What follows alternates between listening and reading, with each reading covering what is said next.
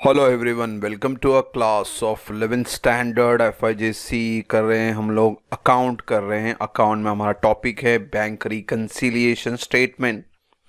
Today we are going to solve question number 4 question answer के साथ।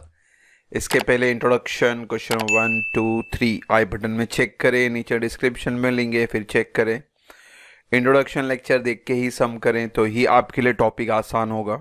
तो चलते हैं क्वेश्चन नंबर 4 की तरफ। 4 बोलता है from the following detail prepare BRS as on 31st of December 2018। Bank overdraft as per cash book 31st December 18 is 48,450। Overdraft as per cash book है, that is called unfavourable balance. अगर cash book का debit balance है तो favourable balance है। Cash book का credit balance है या overdraft word है तो it is called as unfavourable balance. ये हमारा सम का स्टार्टिंग पॉइंट है।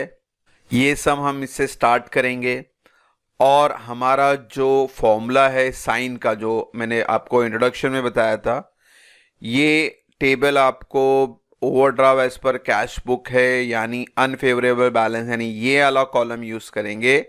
यानी आप वर्किंग नोट में साइन डालेंगे प्लस माइनस का। तो ये स्टार्टिंग पॉइंट आपका जो मेन है उसी से आपका साइन डिसाइड होता है कि बैलेंस कैसा दिया हुआ है। तो यहाँ पे बैलेंस पर कैश बुक था, जिसे ओवरड्राफ्ट भी बोलते हैं, अनफेवरेबल बैलेंस भी बोलते हैं या क्रेडिट बैलेंस भी बोलते हैं। ये चीज़ आपको साइन यूज कराती है प्लस माइनस। ये हमारा फॉर्मूला है जिससे हम सम इजीली सॉल्व करते हैं। तो इसको इस्तेमाल यूज करना बहुत ही आसान है और एक बार सीख लोगे तो फिर कभी नहीं भूलोगे। एनीहाउ, इसके बाद जो भी एंट्रियां हैं वो ऐड और लेस में जाएंगी। ऐड और लेस में डालने के लिए हम ये वर्किंग नोट बनाते हैं। वर्किंग नोट इस तरह से बनेगा आपका, देखो हेडिंग एज इट इज लिखी है मैंने, cash book, passbook, receipt, payment, withdrawal, deposit. हम सम किससे स्टार्ट करें? बैलेंस पर cash book, that is a credit balance या अनफेवरेबल बैलेंस या ओवरड्राफ्ट, ये डिपेंड करता है आपका सम के ऊपर क्या है। तो ये क्वेश्चन आपको बता रहा है कि बैलेंस पर कैश बुक है मगर ओवरड्राफ्ट है, क्रेडिट बैलेंस है, अनफेवरेबल बैलेंस है। तो यानी साइन आपको यूज करना है प्लस माइनस। तो यहां साइन डाल देते हैं प्लस माइनस। तो अब हम वर्किंग नोट शुरू करेंगे और ये ओपनिंग बैलेंस आप डायरेक्ट सोल्यूशन में जाएगा। तो यहां वर्किंग नोट में इसका कोई काम नहीं है, तो इसको सोल्यूशन के टाइम देखेंगे। तो आप नंबर 2 से स्टार्ट करेंगे और स्टार्ट करने से पहले रिलेशन भी समझ लें। रिसिप्ट का रिलेशन डिपॉजिट के साथ होता है, पेमेंट का रिलेशन विड्रॉल, अपोजिट रिलेशन होता है। ये आप क्रॉस हमेशा याद रखें। कैश बुक का डेबिट, पासबुक का क्रेडिट, कैश बुक का क्रेडिट, पासबुक का डेबिट, अपोजिट रिलेशन है। ये रिलेशन जानने से हमारे लिए एंट्रियां आसान होती है, ठीक है। तो नंबर 2 से शुरू करना है आपको। Bank charges SMS alert 370 were debited in passbook but not recorded in cash book. Cash book में तो है ही नहीं, अच्छी बात है। पासबुक में देखो बैंक चार्जेस डेबिटेड बोला है, पासबुक में डेबिट, ऑलरेडी आंसर दिया है। तो जहां एंट्री हो रही है वहीं पे आप भी पास कर दो। तो नंबर 2 यहां लिख दे और 370 विड्रॉल साइड। तो 370 चले जाएगा ऐड में, ठीक है, क्योंकि हमारे सोल्यूशन का 2 पार्ट है, ऐड और लेस। तो कौन सी एंट्री ऐड में जाएगी, कौन सी एंट्री लेस में जाएगी, हमारे लिए वो इंपॉर्टेंट है। तो ये साइन डालने से हमें पता चलेगा। फिलहाल साइन की भी जरूरत नहीं है, हमें अभी सिर्फ पोस्टिंग करते जाना है। फिर नंबर 3 है interest on overdraft 2870 did not appear in cash book. Cash book में है ही नहीं, अच्छी बात है। और ये इसका मतलब है ये सिर्फ पासबुक में हुआ है। और ये इंटरेस्ट ऑन ओवरड्राफ्ट है, यानी आपने ओवरड्राफ्ट किया था, एक तरह का लोन लिया था आपने बैंक से। तो बैंक क्या करेगी, आपके अकाउंट से डिपॉजिट करेगी या विड्रॉल, ऑब्वियसली पैसा निकालेगी आपके अकाउंट से। तो आपको फिर ये भी एंट्री डेबिट में पास करनी है। हमारा टारगेट है कि पहला इफेक्ट कहाँ हो रहा है, जहां हो रहा है वहां पास करो, जहां नहीं हो रहा मत पास करो। क्योंकि BRS का मतलब ये है कि ऑब्वियसली एक ही जगह कोई इफेक्ट हुआ है, या तो पासबुक में या तो कैश बुक में, तभी तो रिकंसिलेशन हम बना रहे। तो उस चीज को ध्यान रखें हमेशा। अ bill of 12,000 discounted bank appear in cash book at full amount but bank has deducted 200 discounting charges. अब इसका मतलब है बच्चों कि 12,000 कुछ बिल था बाउंस हुआ है 12,000 का, कैश बुक में भी हो रहा है, वो बैंक में भी हो रहा है, मगर बैंक ने उसके अंदर 200 रुपए का डिस्काउंट चार्जेस डिडक्ट किया हुआ है। यानी ये 200 रुपए का कोई इंफॉर्मेशन आपके पास नहीं। 12,000 का इफेक्ट दोनों जगह, पासबुक में भी है, कैश बुक में भी है। उनका मेन मकसद है कि भाई बैंक ने 200 रुपया डिस्काउंट चार्ज मारा है, वो आपको पता नहीं है, यानी कैश बुक में एंट्री नहीं हो रही है, सिर्फ पासबुक में हो रही है, और चार्ज वर्ड है यानी आपके अकाउंट से पैसे विड्रॉ हो रहा है, तो आपको यहाँ विड्रॉ साइड 200 लिखना है। फिफ्थ बोलता है check issued but not presented for payment before 31 December amounted ₹32,300। आपने चेक इशूड किया यानी आप दे रहे हो, कैश बुक आपका बुक है, आप चेक दे रहे हो तो आपको पता चल रहा है कि भाई मेरे अकाउंट से पैसे आ रहे हैं, यानी पहला इफेक्ट कैश बुक में हो रहा है। और दूसरी बात, नॉट प्रेजेंटेड फॉर पेमेंट यानी पासबुक से विड्रॉ हुआ ही नहीं, तो एक ही इफेक्ट हुआ है कैश बुक में बच्चों, क्रेडिट साइड, पेमेंट साइड।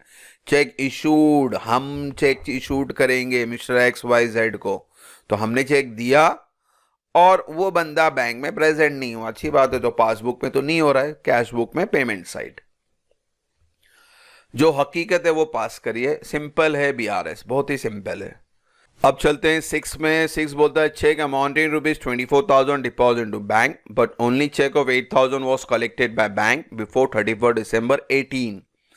अब यहां पे बच्चों दोनों जगह इफेक्ट हो रहा है। Cheque amounting 24,000 deposit to bank, देखो चेक आपको मिलता है किसी XYZ से, तब आप वो चेक लेके जाके अपने बैंक में डिपॉजिट करते हो। तो मेरा कहने का मतलब है कि पहला इंफॉर्मेशन तो कैश बुक यानी हमें पता चल गया, यानी 24,000 आपने कैश बुक में पास कर दिया, एज वेल एज ये 8,000 बैंक में भी आ रहा है, but only a cheque of 8,000 was collected by bank, यानी बैंक के अंदर 8,000 ही डिपॉजिट हुआ है। देखो चेक ऐसा जरूरी नहीं कि 24,000 का एक ही चेक हो, हमें पार्टी बहुत सारी, हमारे पास ABCD पार्टी है हमारी, तो किसी ने 5,000 दिया, किसी ने 10,000 दिया, किसी ने 8,000 दिया, तो अलग अलग चेक मिला के 24,000 का चेक बना, और वो चेक जाके आपने 4-5 चेक बैंक में डिपॉजिट किए, मगर उसमें से सिर्फ एक चेक जो 8,000 का वही क्लियर हो। ये एक्स्ट्रा एग्जाम्पल समझो। तो अब हमारा काम है BRS रिकंसील करना, दोनों में डिफरेंस आ रहा है तो वो हमें करेक्ट करना है। आप एक ही डेट पे दो एंट्रियां पास नहीं कर सकते, आप 24,000 भी नहीं पास कर सकते, आप 8,000 भी पास नहीं कर सकते, इसको हमेशा याद रखना। एक ही डेट पे अगर दो अमाउंट आ रहा है तो दोनों अमाउंट पास नहीं होगा। यहां पे एक रूल लगेगा प्लस माइनस का, 24,000 का साइन प्लस है, 8,000 का साइन माइनस है, तो हमने बचपन में मैथ्स किया होगा प्लस माइनस। देखो यहां बता रहा हूं मैं आपको, 24,000 का साइन प्लस है और 8,000 का साइन माइनस है, तो दोनों को माइनस ही करेंगे, तो आंसर आया 16,000। अब ये जो 16,000 आपका आंसर है, ये 16,000 का साइन इंपॉर्टेंट है। ये कैलकुलेशन देखो आगे आपको बहुत आने वाले, एक ही डेट पे दो अमाउंट आएंगे, तो उस वक्त क्या करना आपको, ये सिंपल आपका मैथ्स माइनस प्लस का जो रूल है वो अप्लाई करना। 24,000 का साइन प्लस था, बड़ा था, इसीलिए आपने जो डिफरेंस आया, जो बैलेंस आया, इसका साइन आपने प्लस रखा।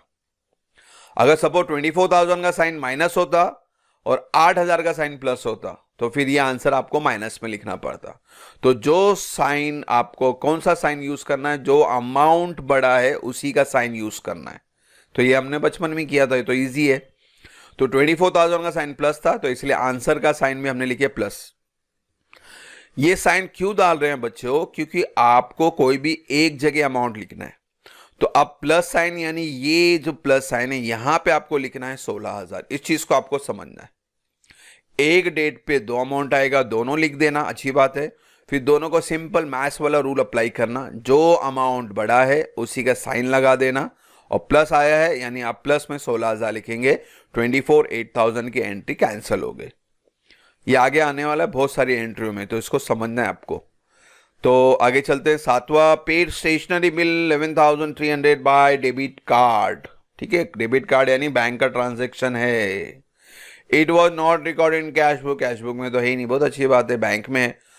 अब पेड वर्ड है, यानी डेबिट कार्ड से आपने पेड किया, अच्छी बात है, तो बैंक में से पैसा विड्रॉ हो रहा है, डिपॉजिट पेड हो रहा है यानी विड्रॉ हो रहा है, तो मेरे अकाउंट से 11,300 रुपया निकल गया, तो आपने डेबिट में पास कर दिया, विड्रॉवल साइड पास कर दिया। तो इस तरह से वर्किंग नोट मुकम्मल होगी हमारी। अब सिंपल है, वर्किंग नोट के बेस पे हम सम स्टार्ट करते हैं। तो चलते अब हम सम की तरफ। क्वेश्चन फिर से ले ले, वर्किंग नोट यहां ले लेते हम लोग। Question in the books of dash bank reconciliation on 31 December 18। Question हमेशा बैलेंस से शुरू होगा। यहाँ पे bank overdraft as per cash book है 48,450, आउटर कॉलम में लिखते हैं। फिर ऐड और लेस दो पार्ट है हमारा। पहले ऐड से शुरू करते हैं। ऐड में पहली एंट्री 370, नंबर 2 यहां से देख ले। अभी आपको पर्टिकुलर लिखना है। पर्टिकुलर लिखने के लिए मैंने हमेशा बोला आप जैसा चाहे वैसा लिखे, मगर आपका जो रीजन है वो परफेक्ट होना चाहिए।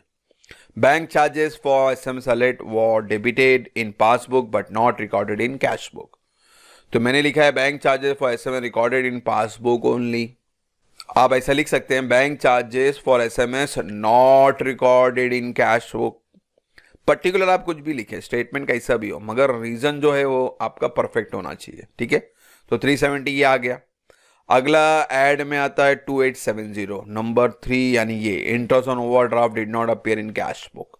तो 2870 यहां लिखेंगे। फिर अगला ऐड है 200 का, नंबर 4 ये ट्रांजेक्शन है, आपको ये लिखना है 200 का।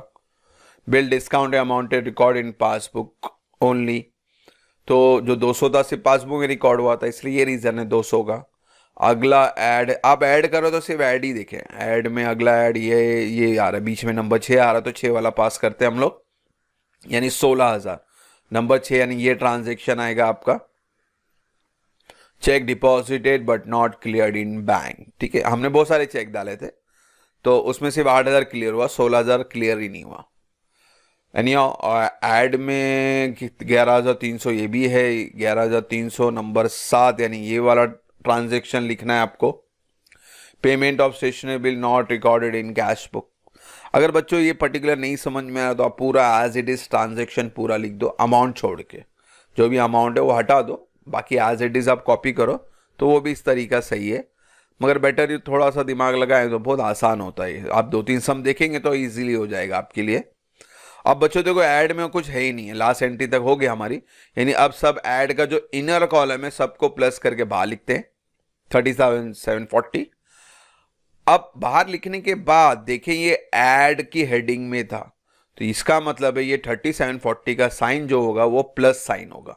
किससे प्लस करेंगे? ऊपर वाले से प्लस करेंगे 48,450। So your total comes to 79,190। तो ऐड का हिस्सा मुकम्मल हुआ। अब चलते हैं लेस के साथ। लेस में आपका एक एंट्री है, ये तो 24,8 तो कट हो गया था, तो इसका मतलब लेस में एक ही एंट्री और कोई एंट्री है ही नहीं, तो लेस लिख लेते हैं। अब एक ही एंट्री तो आप डायरेक्टली आउटर कॉलम में लिख सकते हैं 32,300। Check issued but not presented for payment. Less की एक ही एंट्री बाहर लिखी हमने। अब बाहर लिखना है तो लिखने के बाद तुरंत इसका साइन डालना है। साइन यानी लेस है, तो अब मैं यहाँ लेस साइन डाल देता हूं। तो किससे लेस करेंगे? ऊपर 79,190 से। तो आपका आंसर आता है bank overdraft as per passbook 46,890। तो इस तरह से आपका सब मुकम्मल हुआ। क्वेश्चन नंबर 4 आसान है बच्चों, आपको खाली वर्किंग नोट मेन है, वर्किंग नोट को सही से लिखना है। वर्किंग नोट लिखते टाइम आपको साइन याद रखना है, प्लस माइनस करना है या माइनस प्लस करना है। तो स्टार्टिंग में मैंने बताया वो टेबल अच्छे से याद कर लो आप। तो टेबल याद हो गया, वर्किंग नोट बन गया, तो आपका सोल्यूशन बहुत आसान है, फटाक से हो जाता है सोल्यूशन। ऐड वाले ऐड में लिखना है आपको, और लेस वाले लेस में लिखना है। इसमें एक ही लेस था तो एक ही एंट्री आई, अगर 2-3 एंट्री होती तो हम इनर कॉलम में लिखते। ठीक है बच्चों, होप सो यहाँ तक कोई डाउट ना हो। इंशाल्लाह जल्दी मिलेंगे नेक्स्ट वीडियो में। Thank you for watching the video. God bless you.